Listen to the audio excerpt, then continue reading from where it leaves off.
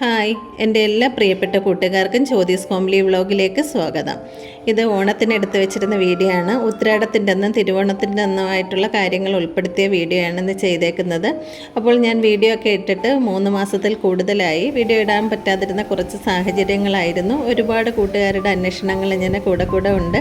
ആർക്കും ഞാൻ മറുപടിയൊന്നും കൊടുത്തിരുന്നില്ല. അത് എന്നോട്ട് കൃത്യമായിട്ട് ഇട്ട് തുടങ്ങുമെന്ന് എനിക്കറിയാത്തതുകൊണ്ടാണ് മറുപടി തരാതിരുന്നത്. അതുകൊണ്ട് കൂട്ടുകാർ പിണക്കമൊന്നും വിചാരിക്കേണ്ട. ഒരുപാട് കമൻറ്റിനും മറുപടി തരാതെ ഇട്ടിട്ടുണ്ട്.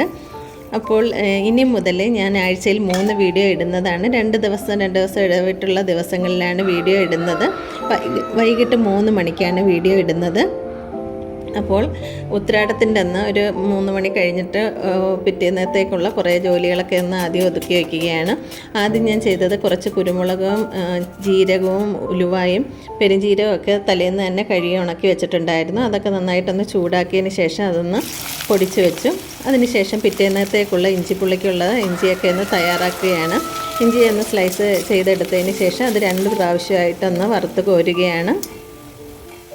അതുപോലെ കൃത്യമായിട്ട് വീഡിയോ ഇടാത്തതിന് ഒരുപാട് പരാതികളുണ്ട് കൂട്ടുകാരുടെ. ഇനി മുതൽ ഇതുവരെ ഞാൻ കറക്റ്റ് എത്ര ദിവസം വീഡിയോ ഇടുമെന്നോ സമയമൊന്നോ ഇതുവരെ പറഞ്ഞിട്ടില്ലായിരുന്നു ചാനൽ തുടങ്ങിയിട്ട്. അപ്പോൾ ഇനി മുതൽ ഞാൻ ഈ നേരത്തെ പറഞ്ഞ സമയത്തായിരിക്കും വീഡിയോ ഇടുന്നത്.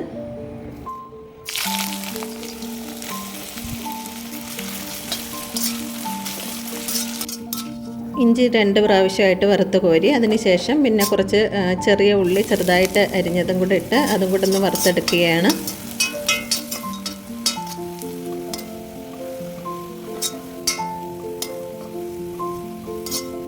ഉള്ളി നന്നായിട്ട് വറുത്തെടുത്തിട്ടുണ്ട്. ഇനി അത് മാറ്റിയതിന് ശേഷം ഇതിലേക്ക് ചേർക്കാനുള്ള കുറച്ച് ശർക്കരയും കൂടെ ഒന്ന് പാനിയാക്കി എടുക്കുകയാണ്. അത് പിറ്റേ ദിവസത്തേക്ക് ഞാൻ അടപ്രഥമനാണ് തയ്യാറാക്കുന്നത്. അതിനും കൂടെ ചേർത്തുള്ള ശർക്കരയാണ് പാനിയാക്കി എടുക്കുന്നത്.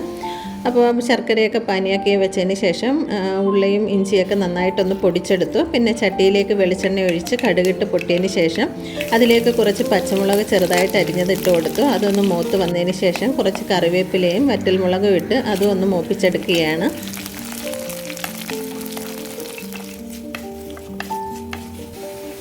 കറിവേപ്പിലയെല്ലാം നന്നായിട്ട് മൂത്ത് വന്നപ്പോൾ അതിലേക്ക് മുളക് പൊടി, കായപ്പൊടി, ഉലുവാപ്പൊടി, മഞ്ഞൾപ്പൊടി ഇതെല്ലാം കൂടി ഇട്ട് കരിഞ്ഞു പോകാതെ നന്നായിട്ടൊന്ന് ഇളക്കിയെടുക്കുകയാണ്. നേരത്തെ ഒരു ചെറുനാരങ്ങ വലുപ്പത്തിൽ വാളംപുളി എടുത്തിട്ട് അത് പിഴിഞ്ഞു വെച്ചിട്ടുണ്ടായിരുന്നു. അതും കൂടി ഇതിൽ ചേർത്ത് കൊടുക്കുകയാണ്. അത് നന്നായിട്ടൊന്ന് തിളച്ചതിന് ശേഷം നേരത്തെ പൊടിച്ച് വെച്ചിരിക്കുന്ന ഇഞ്ചിക്കൂട്ടും കൂടെ ചേർത്ത് കൊടുക്കുകയാണ്.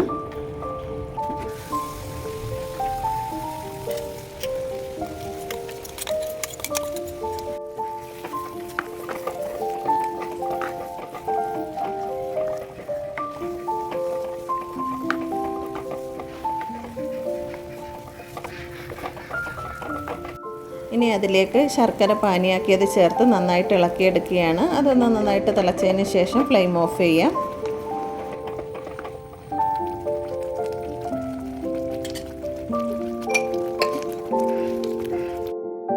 ഇഞ്ചിപ്പുളിയൊക്കെ തണുത്ത് വന്നപ്പോൾ അത് കുപ്പിയിലാക്കി വെച്ചു. അതിനുശേഷം പിന്നെ പിറ്റേ ദിവസത്തെ കാപ്പിക്ക് ഇഡലിയാണ് തയ്യാറാക്കുന്നത്. അതിനുള്ള അരിയൊക്കെ ഒന്ന് ആട്ടി വെച്ചു.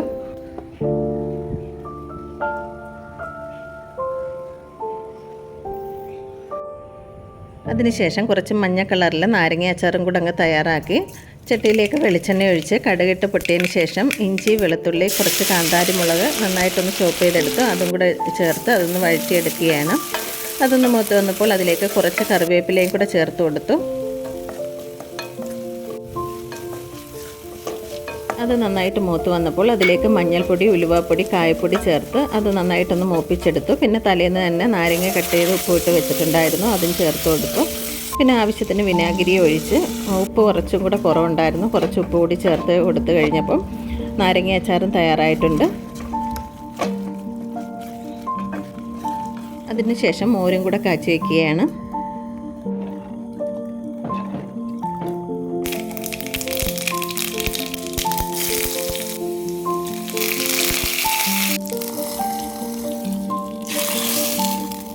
പിന്നെ കാളനും കൂടെ അങ്ങ് തയ്യാറാക്കി വെച്ചു.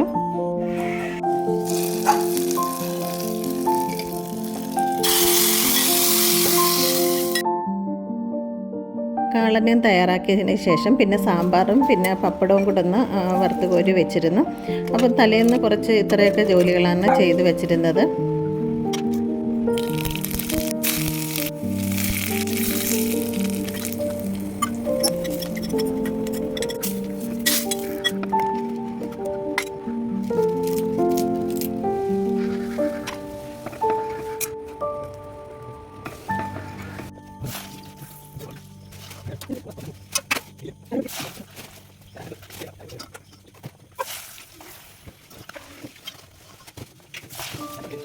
പിന്നെ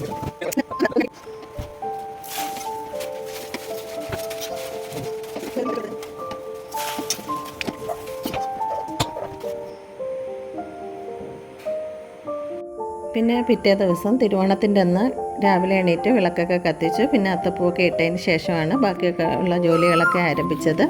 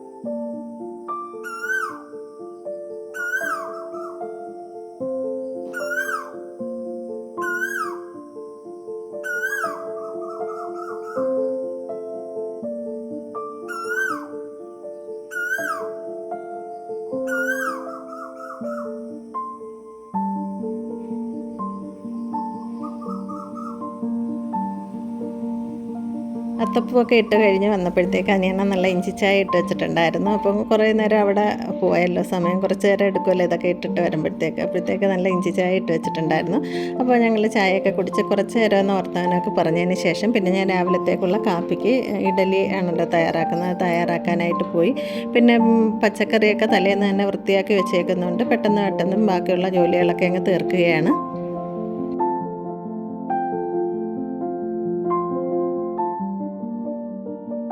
തലേന്ന് സാമ്പാറൊക്കെ തയ്യാറാക്കി വെച്ചിരുന്നതുകൊണ്ട് പിന്നെ പെട്ടെന്ന് കാപ്പിയൊക്കെ കഴിച്ചിട്ട് ഞാൻ പിന്നെ ബാക്കിയുള്ള ജോലികളങ്ങ് ആരംഭിക്കുകയാണ്. അപ്പോൾ ആദ്യം അടപ്രഥമനാണ് തയ്യാറാക്കിയത്. ശർക്കര പാനിയാക്കിയതിലേക്ക് വേവിച്ച് വെച്ചിരുന്ന അട ഇട്ട് കൊടുത്ത് നന്നായിട്ടൊന്ന് വരട്ടിയെടുക്കുകയാണ്.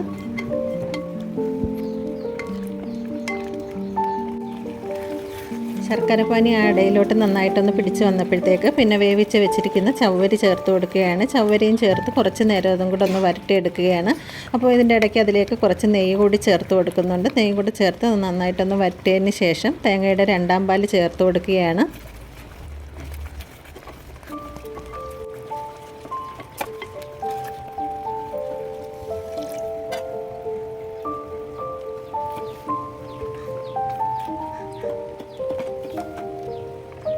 അത് നന്നായിട്ട് കുറുകി വന്നപ്പോഴത്തേക്ക് ചുക്കും ഏലക്കായും കുറച്ച് പഞ്ചസാര ചേർത്ത് പൊടിച്ച് വെച്ചിട്ടുണ്ടായിരുന്നു, അതും ചേർത്ത് കൊടുത്ത് വറുത്ത് പൊടിച്ച കുറച്ച് ജീരകപ്പൊടിയും ചേർത്ത് നന്നായിട്ട് ഇളക്കിയതിന് ശേഷം തേങ്ങയുടെ 1ാം പാൽ ചേർത്ത് കൊടുക്കുകയാണ്.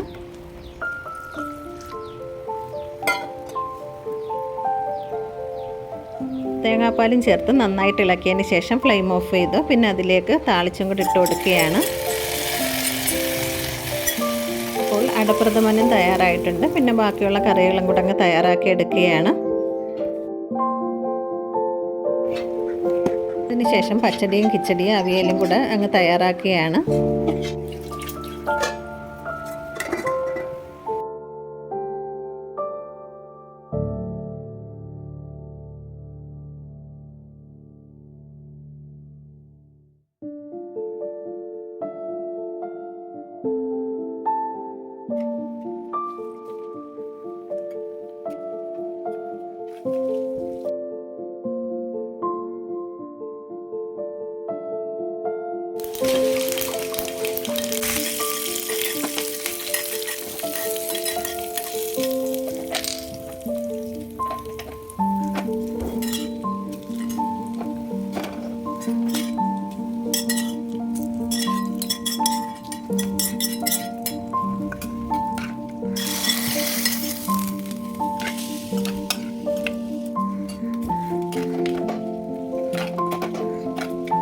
അതിനുശേഷം പരിപ്പും കൂടെ അങ്ങ് തയ്യാറാക്കി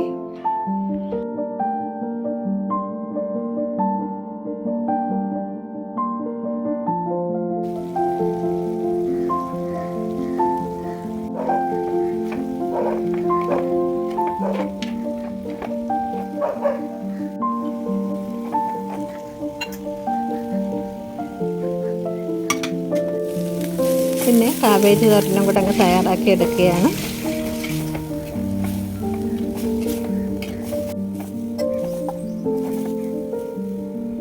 അപ്പോൾ ഓണസദ്യയൊക്കെ തയ്യാറായി കഴിഞ്ഞിട്ടുണ്ട്. പിന്നെ കുറച്ച് കഴിഞ്ഞിട്ടാണ് സദ്യയൊക്കെ കഴിച്ചത്.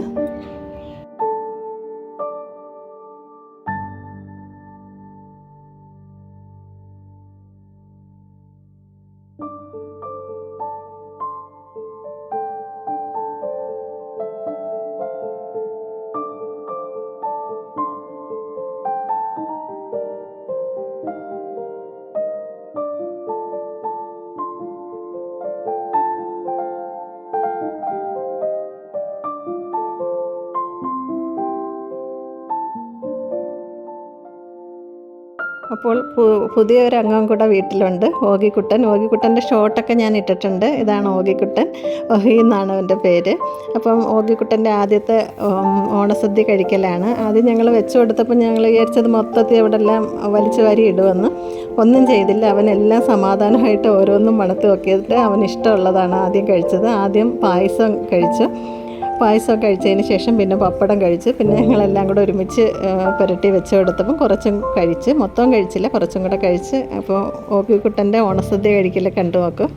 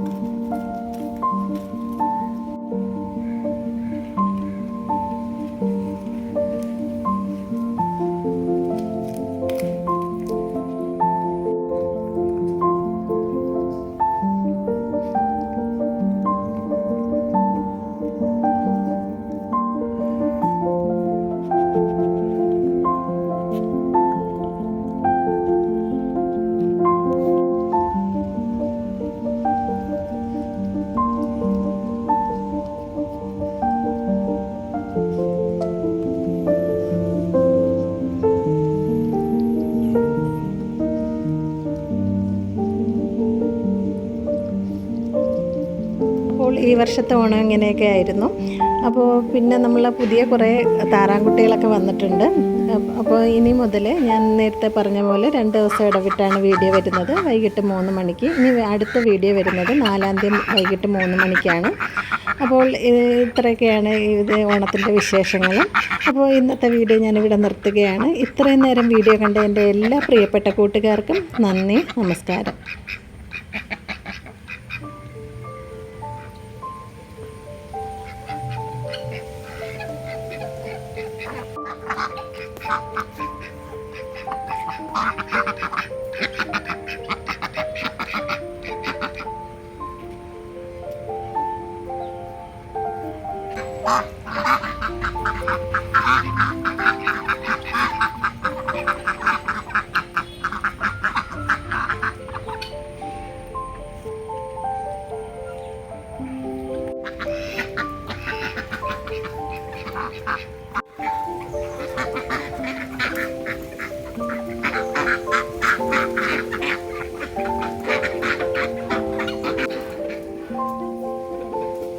രാവിലെ തന്നെ തുറന്നു വിടുമ്പോൾ ഒരു താറാൻകുട്ടനെയും ഒരു കോഴിക്കുട്ടനെയും വലയ്ക്ക് പുറത്താക്കും. കാര്യം അതിൽ 2 ഗിനിക്കോഴി ഉണ്ടല്ലോ, അത് ഈ കോഴിക്കുട്ടൻ്റെ കൂടെ എല്ലാം അതാണ് കൊത്തി മാറ്റി വെച്ചേക്കുന്നത്. അതിനകത്ത് ചില നേരത്ത് കൊത്തി നല്ല രീതിയിൽ മുറിവാക്കി വയ്ക്കും. അത് കാരണം കുറേ ആളുകൊണ്ട് ഇപ്പം പുറത്ത് ഇവർ 2 പേരെയും പുറത്താക്കി നിർത്തും.